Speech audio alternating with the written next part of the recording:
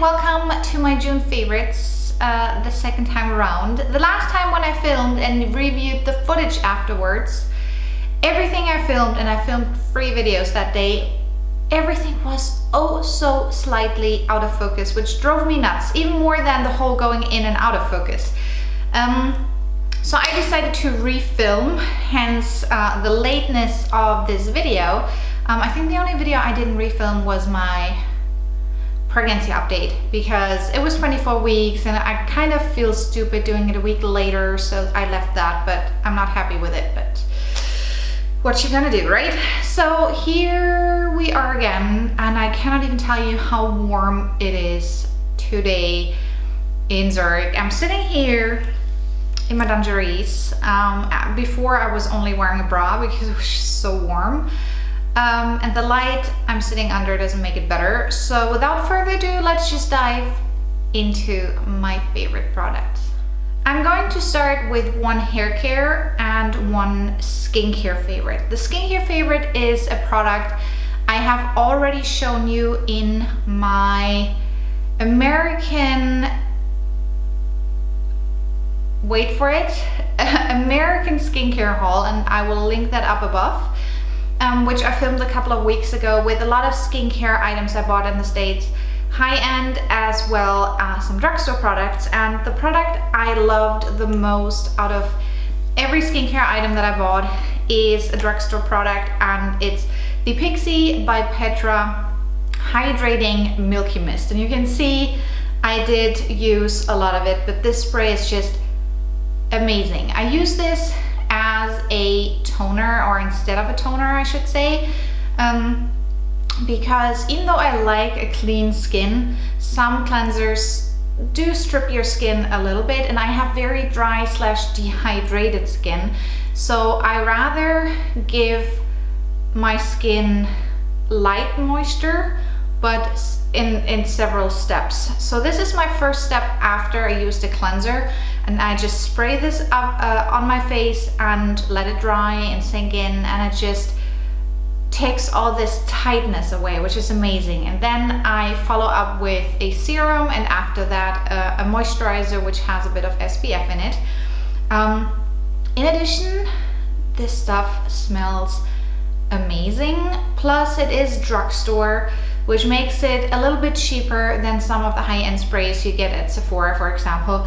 I would recommend this 1000 times over the Tatcha Dewy Skin Mist, which I also have. But in comparison, also, this has 80 mils, the Tatcha product only has 40 mils. Basically, in comparison, if you break it down into the milliliters, this would be $7.50 versus $50, which it's not even a question which you should buy in terms of money, and this is just the better product, period. The next product, as I said, is a hair care product, and I can kind of bite myself in the butt that I couldn't resist and had to repurchase it, because actually I told myself when I ran out of it the last time, no Sarah, you're not going to repurchase it until you've finished up at least 1 or 2 of your other leave-in conditioners, because I just love this product so much that as long as I have it, I would always prefer it over other products. And I kind of can tell now as well, I'm kind of gravitating towards it pretty much every day.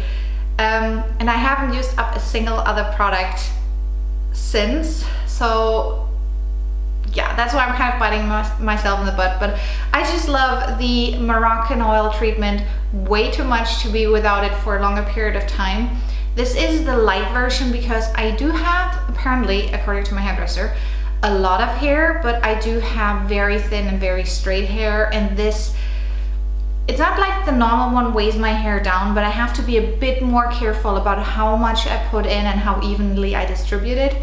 This just excuses overusage a little bit more. And even this little bottle lasts you a very, very long time. I got it right before vacation because I knew we would be spending a lot of time in the sun, in the pool, and in the ocean. And I knew I would probably wash my hair not just every day, but sometimes even twice a day if you were in the pool or in the ocean. So I knew my hair would need that extra little bit of hydration, and this is just my go-to product when it comes to that. Product number 3 is a repurchase as well. However, I had it before, but I threw it out because I didn't like it, and I don't know why. And it is the Maybelline Instant Age Rewind, French side, Age Rewind Eraser for Dark Circles. And this is the Brightener. So here in Europe, I checked it, in Switzerland, in Germany, as well as in the UK, you get 2 out of the 6 colors. You get fair and you get light. And even fair is not light enough for me to be used as a concealer or even as a brightener of some sort. In the US, however, you have 6 different shades. So you have 4 different concealer shades: fair, light, medium, and dark, or something like that. Then you have a neutralizer, which is a very yellow tone product. And then you have this brightener, which is obviously kind of pinkish / salmony colored. And this is amazing. Consistency wise, it reminds me a lot of the NARS Radiant Creamy Concealer. Not quite as much coverage, which is good because I think if you use a brightener, it can be too much. I like it to sink into the skin and not sit on top of the skin. A brightener is not supposed to cover something, but you know, just to illuminate your under eye area, to brighten it. So it doesn't have quite as much coverage as like the NARS concealer, but it's equally hydrating. I really like this, especially for my under eye area. This is a drugstore product, which means it's really affordable. I think I paid $7 or $8 for it.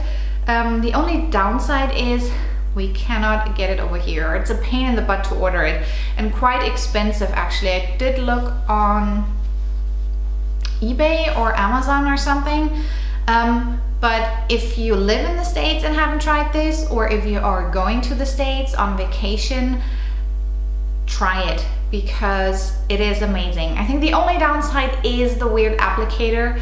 I just think it's disgusting. I try to sometimes clean it a little bit with a makeup wipe. It doesn't fully work, which is why I'm using it almost every day, just, you know, to use it up, even though I like it and I don't want it to go to an end. But on the other hand, I know if I wouldn't use this on a constant basis, on a consistent basis, I would stop using it at some point because I would be grossed out. So I just use it every day, keep it somewhat fresh, and I just love how it brightens up my under eye area. And I'm wearing it right now. I did bake a little bit with the Laura Mercier Secret brightening powder, which does add an additional bit of brightness, but this on its own is already very brightening. Absolutely amazing. Let's move on to the eyes, and it's something I'm wearing right now, and I'm very happy that my friend Enya was able to get a hold of it for us, because I wanted to buy it in the States, but obviously it was sold out everywhere. And then Sephora launched their first store here in Switzerland, which is kind of like a Sephora JCPenney concept. The store where Sephora is now in does actually have an online store, meaning we now can order Sephora products. My favorite is not from Sephora per se, it's just been bought at Sephora, but I love it nevertheless. And it's the Sweet Peach palette by Too Faced. I absolutely love Too Faced eyeshadows at the moment. I think they are my favorite eyeshadow consistency right now. I realized that I really don't like the Lorac palettes because they have way too much fallout. I still like the Urban Decay ones. I really also like the Tarte ones, but Too Faced is where it's at, and I have the chocolate bonbon palette, the normal chocolate bar palette, and I think I also still need the milk chocolate palette. But this is my latest addiction and it's amazing. So those are the colors. How to show you without blinding you. As you can see, quite peachy, but not overly peachy. There's some colors in there which I wouldn't use too much, but I just really like the peach shades. And my favorite ones are actually Georgia, which I'm wearing right now all over the lid. And then in the crease, just to intensify that peach look a little bit, I am wearing just Peachy, which is this one here. And I love it. I think it smells amazing. The colors are great. The consistency of the shadows is great.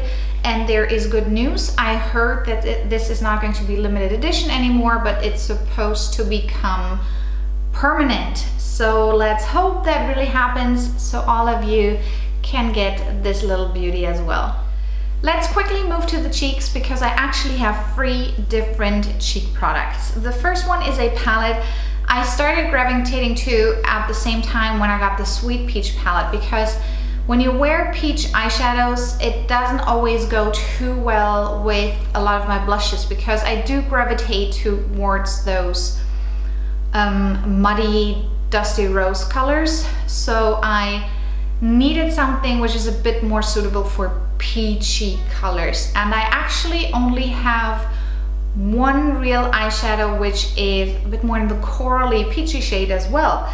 And this is a shadow which is in this little palette here, which is the Ambient Lighting Blush Palette. And you've all seen it. It's the little trio, and I really like the color at the moment, which is called Incandescent Electra, which is the one in the middle. I don't wear it on its own. I usually like to mix those two. This one is, I think it's Luminous Flush, also beautiful color. And then Mood Exposure I use basically mainly in the fall, but those two combined are absolutely amazing on the cheeks. It's what I'm wearing right now, because I'm also wearing the Sweet Peach palette. Yeah, lovely color, and gravitating towards it a lot ever since I got the Sweet Peach palette. Another blush I've been gravitating to, if I didn't wear the Sweet Peach corally pinkish color